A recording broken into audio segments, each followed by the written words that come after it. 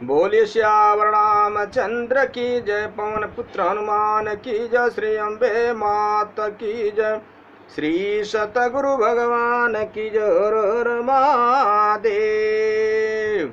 राजा राम राम राम सीता राम राम राम, राजा राम राम राम सीता राम राम राम, राजा राम राम राम सीता राम राम राम, राजा राम राम राम सीता राम राम राम, राजा राम राम राम सीता राम राम राम, राजा राम राम राम सीता राम राम राम, राजा राम राम राम सीता राम राम राम, राजा राम राम राम सीता राम राम राम, राजा राम राम राम सीता राम राम राम, राजा राम राम राम सीता राम राम राम, राधे श्याम श्याम श्याम सीता राम राम राम, राजा राम राम राम राधे श्याम श्याम श्याम सीता राम राम राम,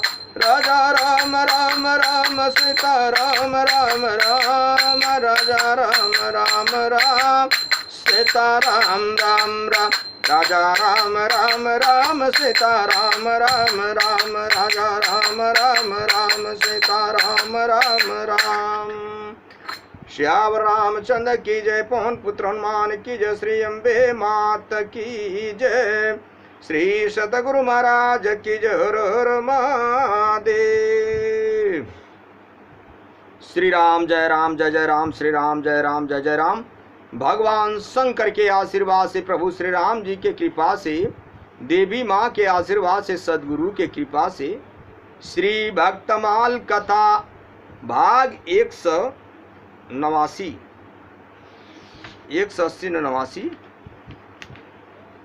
श्री ग्वाल भक्त की कथा है। आप लोग ध्यान दे करके सुनिए। इसके पहले आप लोगों ने श्री जयमाल जी की कथा सुना।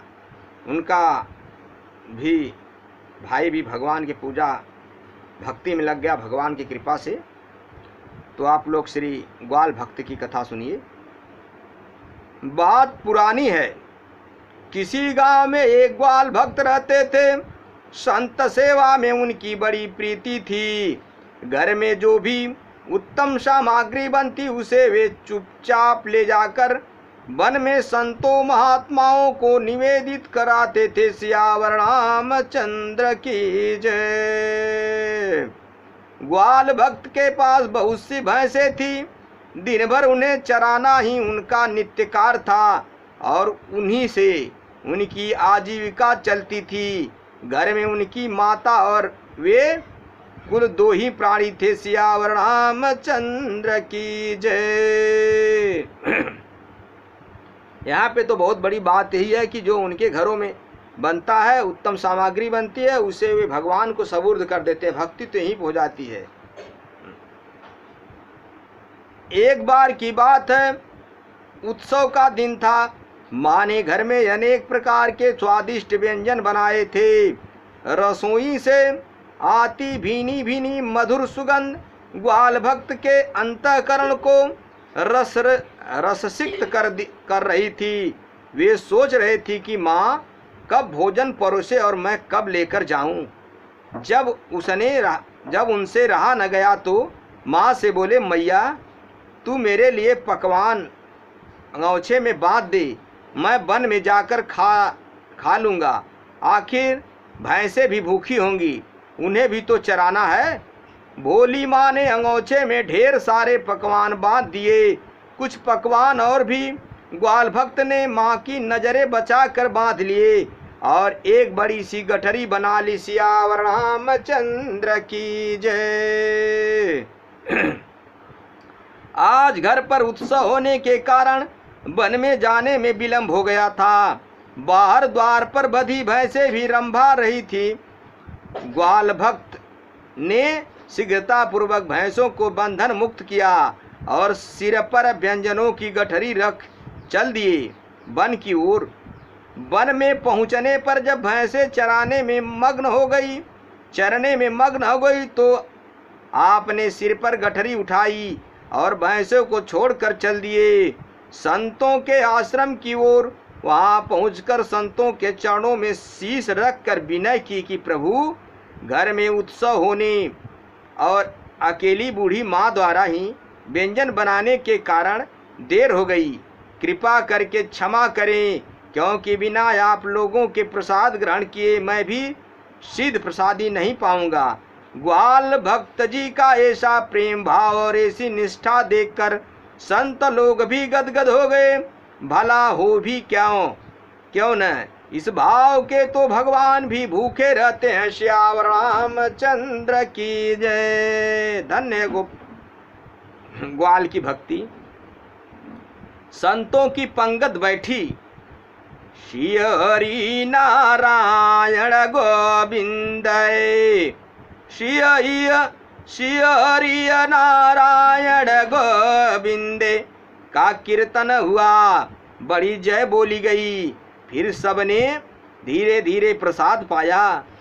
जब सब संतों ने प्रसाद पा लिया तो श्री ग्वाल भक्त जी ने सब पात्र धोए और स्वयं भी सीध प्रसादी पाई और तब पुनः वहाँ आए जहाँ भैंसों के चराने के लिए छोड़ गए थे। वहाँ आकर देखा तो सभी भैंसे गायब हुआ यह कि जब ये संतों के पास चले गए थे तो चोरों ने भैंसों को बिना चरवाहे के चरते देखा और हाँक ले गए। श्याम रामचंद्र की जय। ग्वाल भक्त जी की न तो भैंसों की चोरी की दुख था, न ही संत सेवा करने का पछतावा। समस्या सिर्फ यह थी कि भैंसों के बारे में माँ को क्या बताएंगे, पर उन्होंने उसका भी उपाय सोच लिया। रोज की तरह शाम को लौटकर आप घर आए तो माँ ने पूछा, भैंसे कहाँ हैं? भक्त जी ने सोचा कि सच्ची बात बता देंगे तो माँ को बहुत दुख होगा। जब जब माँ को भैंसों की याद आएगी तब तब वह मुझे डांटेगी, फटकारेगी, साथ ही संतों को भी चार खरी खोटी सुनाएगी। इस तरह नित्य का कलेश हो जाएगा। अतः उन्होंने सच्ची बात छिपा ली और बोले, माँ, एक बेचारा गरीब ब्राह्मण भूखों मर रहा था, मैंने सब भैंसे उसे दे दी हैं। वह भैंसों को चराएगा और दूध से घी बनाकर इकट्ठा कर लेगा तथा छाछ मट्ठे से अपना काम चलाएगा। कुछ दिनों बाद वह घी और भैंसों को वापस कर जाएगा। माँ की ब्राह्मणों के प्रति विशेष भक्ति थी, अतः कुछ नहीं कहा और बेटे के इस कार्य को उचित ही माना। श्याम रामचंद्र की जय। धीरे धीरे समय बीतता गया। भैंसों की बात भी आ गई होगी। बीच में कभी माँ पूछती तो भी भक्त जी कह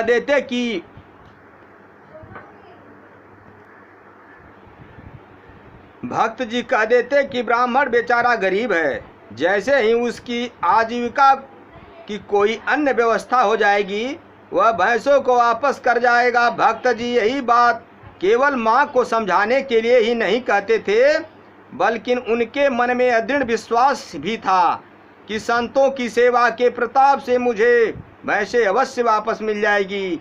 अब उनके इस भाव की रक्षा का भार भगवान पर था, क्योंकि संत तो भगवान के प्रतिनिधि ही होते हैं। श्याम रामचंद्र की जय। कुछ दिन और बीत गए। दिवाली का त्योहार आ गया। चारों ओर पटाखों, मिठाइयों और पकवानों की धूम थी। मस्ती का माहौल था। भगवान की प्रेरणा चोर भी उत्सव की धुन में उन्मत्त थे। उन्होंने भैंसों का खूब श्रृंगार किया, उन्हें चांदी की हंसुलियां पहनाई, सींग पूंछ सब अलंकृत किए। उनकी प्रवृत्ति थी तामसी, अतः उनके लिए यही उत्सव था। रात भर आतिशबाजियां और पटाखे छूटते रहे। अचानक किसी बालक ने भैंसों के पास जाकर पटाखे की एक लड़ी जला दी और वे चारों ओर धाय धाय करके दगने लगे। भैंसों के लिए यह एकदम नई स्थिति थी। फिर क्या वे सब रस्सी तोड़कर और खूंटे उखाड़कर भागी। भक्त जी की भैंसों ने कुछ दूर जाने के बाद भक्त जी के घर का रास्ता पकड़ा और उन्हीं के पीछे चोरों की अन्य भैंसें ने भी अनुसरण किया। सुबह होते होते ही सभी भैंसों आभूषणों से सजी धजी भक्त जी के दरवाजे पर उपस्थित हो गई। सियावर रामचंद्र की जय। और रंभाने लगी। भक्त जी की माँ ने जब भैंसों के रंभाने की आवाज़ सुनी तो भक्त जी ने कहा, बेटा यह तो अपने भैंसों की आवाज़ है, यानी बोलने लगी, जा जाकर देख। भक्त जी ने जब बाहर आकर देखा तो ठगे से खड़े रह गए। उन्होंने माँ को आवाज़ दी, माँ देखो अपनी भैंसें आ गई। बेचारे ब्राह्मणों ने भैंसों को डेढ़ा दूना कर भेजा है और घी बेचकर आभूषण बनवा दिए हैं। माँ ने देखा कि आश्चर्य से कहने लगी, बेटा जिसके पास खाने का भी इंतजाम नहीं था उसने भला आभूषण कैसे बनवा दिए? घी बेचने से इतना पैसे कैसे इकट्ठा हो सकता है? माँ की बात सुनकर भक्त जी के सारी सच्ची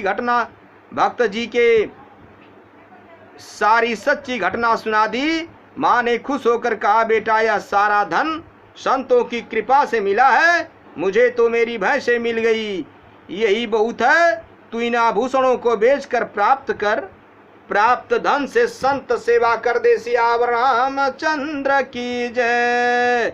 इस प्रकार भगवान ने संतों की कृपा और सच्ची संत भक्ति का प्रभाव दर्शाया।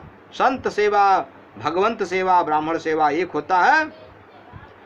भक्त के टीकाकार पिदास जी घटना के माध्यम से कवित्व को कहते हैं, भयो एक ग्वाल साधु सेवा सुरसाल करें पर जो हाथ लेके संतन खवाही पायो पकवान बन मध्य गयो खोइबे को ढील चर भैंस सोचुरवा वही जन के छिपाई बात माता सो बनाई कही दई भी प्रभु को गृत संग फेरिया वही दिनो दीवारी कवनियों पहिरायो हाँ सयाई घर जाम लिए राम के सुनवाई। मेरे भाइयों, मेरे मित्रों, मेरे बंधुओं, ईश्वर सत्य है, जगत मिथ्या है। बड़े भाग्य मानुष तन पावा सुर दुर्लभ संतन ग्रंथन गावा। ये मनुष्य का शरीर साक्षात मोक्ष का दरवाजा है। यह बड़े भाग्य से मिला है, इसे पा करके व्यर्थ न करें। हर पल हर घड़ी कहीं भी कैसे भी चलते फिरते उठते बैठते सोते जागते राम नाम, कृष्ण नाम, हरि नाम, नारायण नाम का जपन करें, भजन करें, अपने जीवन का कल्याण करें। संत सेवा, गुरु सेवा, ब्राह्मण सेवा, शास्त्रों की कही बात, वेदों की कही बात विश्वास मान करके भगवान का भजन कीर्तन करते अपने जीवन का कल्याण करें। सियावर रामचंद्र की जय। आगे की कथा अगले भाग में रहेगी। कथा विसर्जन होता सुनऊं पवन कुमार राम लखन सीता सहित मुँह पर करऊं कल्याण। श्री सद्गुरुदेव भगवान की जय। हर हर महादेव।